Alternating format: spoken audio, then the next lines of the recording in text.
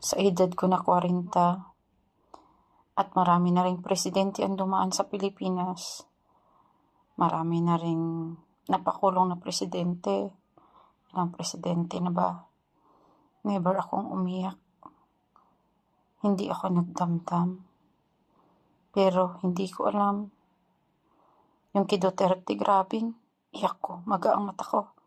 Kasi naramdaman ko yung pagbabago. Alam mo yung kahit sabihin mo sa sarili mo na hindi totoo, na may nagawa siya, hindi mo maipagkakaila. Masakit lang kung sino pa yung may nagawang mabuti. Yun pa yung nakukulong. Diba? Ang hirap maging Pilipino.